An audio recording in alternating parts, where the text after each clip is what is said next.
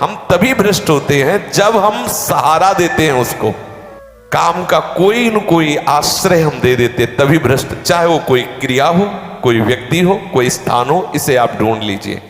अगर आप उसके आश्रय नष्ट कर दिए तो स्पिरिट होगा और खत्म हो जाएगा वो। अगर आश्रय है तो प्रेरित करेगा, वहां चलो, वो देखो, वो करो, 1000 बार प्रेरित करेगा। उसका नाम मनमत। इतनी जोर से मन को मथेगा कि आप सब भूल जाओगे और वही कर बैठोगे, वहीं पहुंच जाओगे, वही। तो ये है उसका प्रभाव। तो हम कोई यदि हम गृहस्थ हैं तो एक हमारे यहां मर्यादा है, एक पत्नी व्रत आदि की नियमावली लेकर के धर्म पूर्वक। और यदि हम वैराग्य भावना में, तो वो आश्रय ही ना रखें पक्का। अगर आश्रय रखेंगे तो भ्रष्ट हो जाएंगे, पक्का समझ लीजिए, इसमें कोई संशय नहीं है। कुछ ऐसी चेष्टाएं होती हैं, जैसे हम किसी माता बहन की तरफ देखा, उसके अंदर काम नहीं है लेकिन स्वाभाविक रचना है, वो मृदु मुस्कान के द्वारा देखना, बात करना, ऐसे। अब वो स्वाभाविक बड़े निर्मल भाव से देख रहे हो, और मेरा मन है मलिन, मेरे मन को लगा कि वो मेरी तरफ ऐसी चेष्टा। अब कुछ नहीं हो, कहा कि है क्या, अब बैठे बैठे भगवत चिंतन नहीं होगा, वही चिंतन होगा। इसीलिए अगर सबसे बड़ा दुश्मन है संसार में, तो जो मन भोगों में जा रहा है, सबसे बड़ा दुश्मन मन है।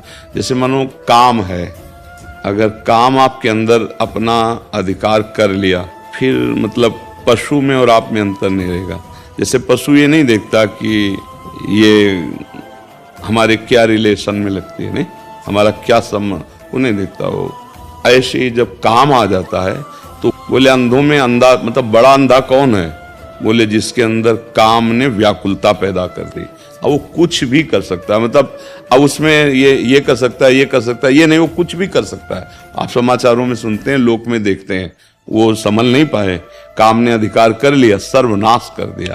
तो वो तो बात छोड़ो, जो हो गया उसको तुम भूल जाओ, एक बुरा स्वप्न मान करके। जब हम कह रहे हैं वैसे चलो, अगर वो तुम्हारी हालत बच्चा ऐसी, जैसे अब तुम्हारे चेहरे की तरफ देख रहे हैं, यही तो, इसी बात का तो हमारा दुख है कि हमारी नवीन पीढ़ी बहुत बुरी तरह बर्बाद हो रही।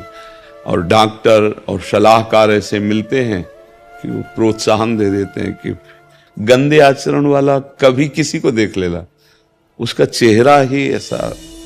अब कितनी नव किशोर अवस्था, बिजली की तरह शरीर में स्फूर्ति, एकदम चमकता हुआ चेहरा। ब्रह्मचारी के चरण ऐसे पड़ते हैं जैसे आग में पड़ते हैं, क्योंकि ब्रह्मचारी होता है।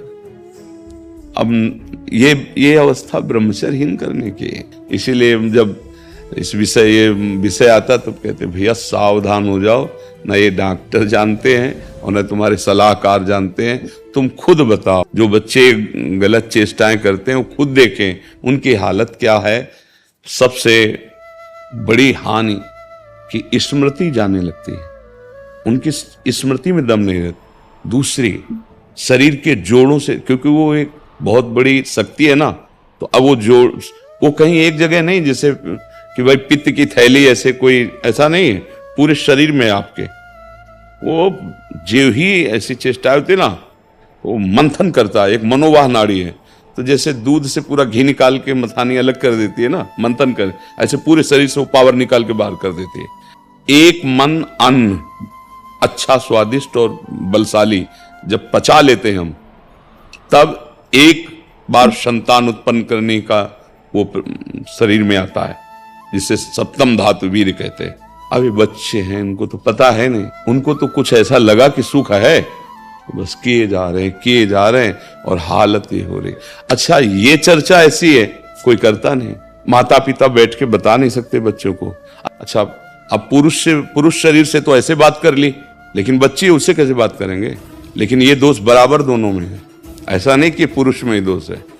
चिड़चिड़ा स्वभाव हो गया, अब ड्रग्स ले रहे हैं, गांजा पी रहे हैं, नशा कर रहे हैं, मतलब क्या हालत हमारे बच्चों की हो रही है। आप देखो ना, माता पिता से ऐसे बात करते हैं जैसे नौकर से बात करते हैं, धिक्कार देते हैं, ऐसे मतलब ज्यादा करे तो मतलब माता पिता को भी भय प्रदान करने वाली चेष्टा कर सकते हैं। अच्छा, मैंने सुना है कि अंग्रेजी दवाओं में जो डॉक्टर होते हैं वो भी इसको जो है हफ्ते 10 दिन के लिए मतलब लागू कर देते हैं।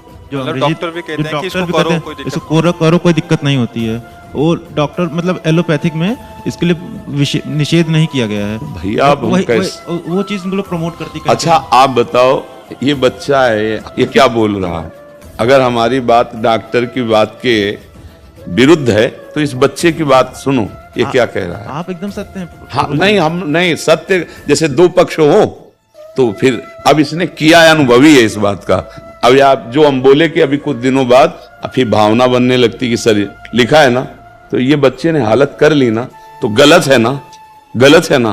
तो अब उस डॉक्टर को क्या कहोगे? आयुर्वेदिक में इसको मना किया गया है। देखो, जब आप संयम से रहेंगे ना और फिर गृहस्थी में जाएंगे ना, तो आपकी संतानें बहुत पुष्ट होंगी और आप एक सच्चे गृहस्थ बन सकते हो।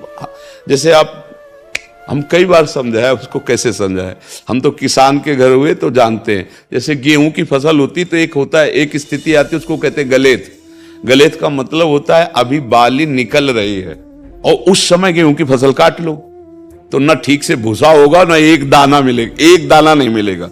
वो ये फसल है, काट दी।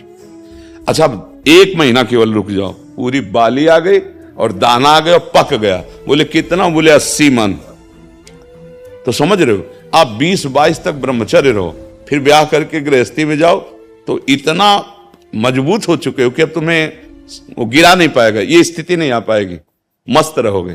तभी तो भाई गुरुकुलों में यही तो शिक्षा दे के गृहस्थ में भेजा, परिपक्व करके।